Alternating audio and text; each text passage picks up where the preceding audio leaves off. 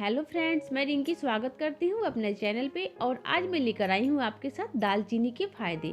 तो चलिए आपको मैं बताती हूँ कि ठंड में दालचीनी के कितने फ़ायदे होते हैं और ये कितनी मात्रा में हमें लेनी चाहिए, क्योंकि कई चीज़ें हम बहुत ज़्यादा ले लेते हैं जो कि उसका नुकसान भी हो जाता है। तो ठंड में अगर बच्चों को बचाना है तो दालचीनी का इस्तेमाल कहाँ करना है, तो चलिए आपको मैं बताती हूँ आज दालचीनी के कुछ फ़ायदे। तो वीडियो शुरू करती हूँ। तो ये ऐसा कोई घर नहीं होगा जहाँ पे दालचीनी का उपयोग नहीं होता होगा। कुछ लोग खड़े मसाले में लेके आते हैं तो कुछ लोग पीसे हुए मसाले लेके आते हैं। तो हर मसालों में दालचीनी जरूर ऐड होती है। दालचीनी बहुत गर्म भी होती है, तो ठंड में इसका उपयोग हम इसलिए ज़्यादा करते हैं क्योंकि ये बहुत गर्म होती है। अगर मान लीजिए आपका बच्चा बीमार भी है तो अगर हम दालचीनी को पाउडर बना के रख करके अगर हम उसको थोड़ा सा दूध में दें तो बहुत ही फायदेमंद होता है। रेगुलर ये चीज़ करनी होती है, एक दिन नहीं करना होता है। बहुत ज़्यादा मात्रा में नहीं देनी है क्योंकि इसका नुकसान भी हो जाता है। जैसे मैंने अभी बताया है कि ये बहुत गर्म होती है, तो इसलिए आपको दालचीनी का पाउडर बना के अगर आप रख सकते हैं तो रख लीजिए।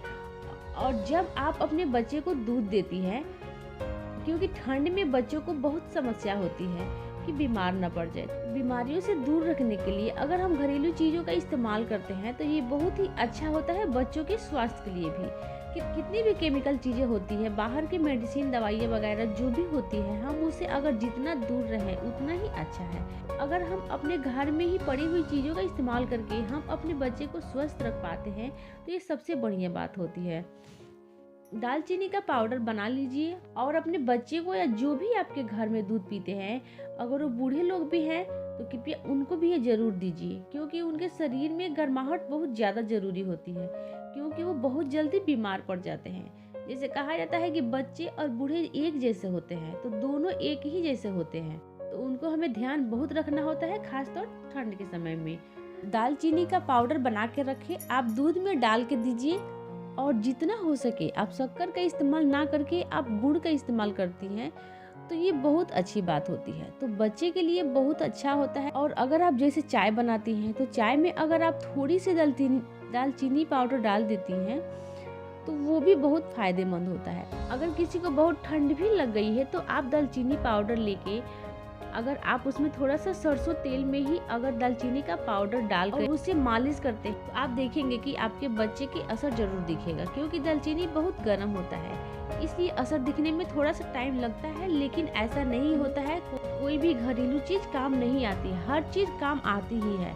तो आप इसे मालिश भी कर सकते हैं ठंड के टाइम में। और ये आपको पाचन के लिए भी बहुत अच्छा होता है, क्योंकि खाने में अगर इस्तेमाल करते हैं तो जाहिर सी बात है कोई भी चीज़ अगर आप खाने में इस्तेमाल करेंगे तो आपको नुकसानदायक नहीं होता है। दालचीनी आपको बहुत ही फायदेमंद ही पहुँचाएगा, आपको नुकसान बिल्कुल नहीं पहुँचाएगा। लेकिन हाँ, ये होता है कि गर्मी में इसका सेवन हमें कम करना चाहिए। जैसे मैंने बताया, क्योंकि बहुत गर्म होता है तो गर्मी में इसका सेवन बहुत कम करना चाहिए, या आप इसका सेवन ठंड में ही करिए।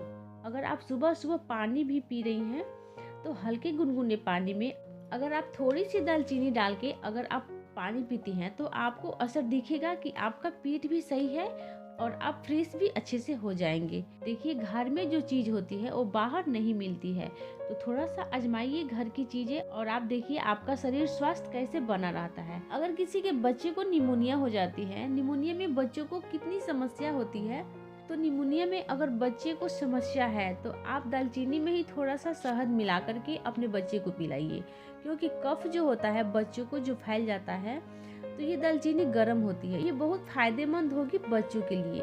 तो दालचीनी में कई सारे फायदे होते हैं, कई सारे नुकसान भी होते हैं। दालचीनी का इस्तेमाल गर्मियों में ज़्यादा से ज़्यादा मत करिए, लेकिन ठंड के समय में आप इसको मालिश में। और एक अच्छी बात है कि चेहरे पर अगर दर्दराहट हो रखी है तो आप इसके पाउडर को आप अपने चेहरे पर लगा के हल्का मसाज करके गुनगुने पानी से आप धोइए। आपको खुद ही दिखेगा आपका चेहरे पे जो दर्दराहट है वो सही हो जाएगा। तो आप इस्तेमाल करिए और मुझे कमेंट करके ज़रूर बताइए कि आपको इसका रिजल्ट कितना अच्छा मिला है या कैसा आपको लगा है। कोई भी आप सवाल पूछना चाहते हैं तो प्लीज़ मुझसे पूछ सकते हैं। तो मुझे लाइक सब्सक्राइब जरूर करिए। धन्यवाद।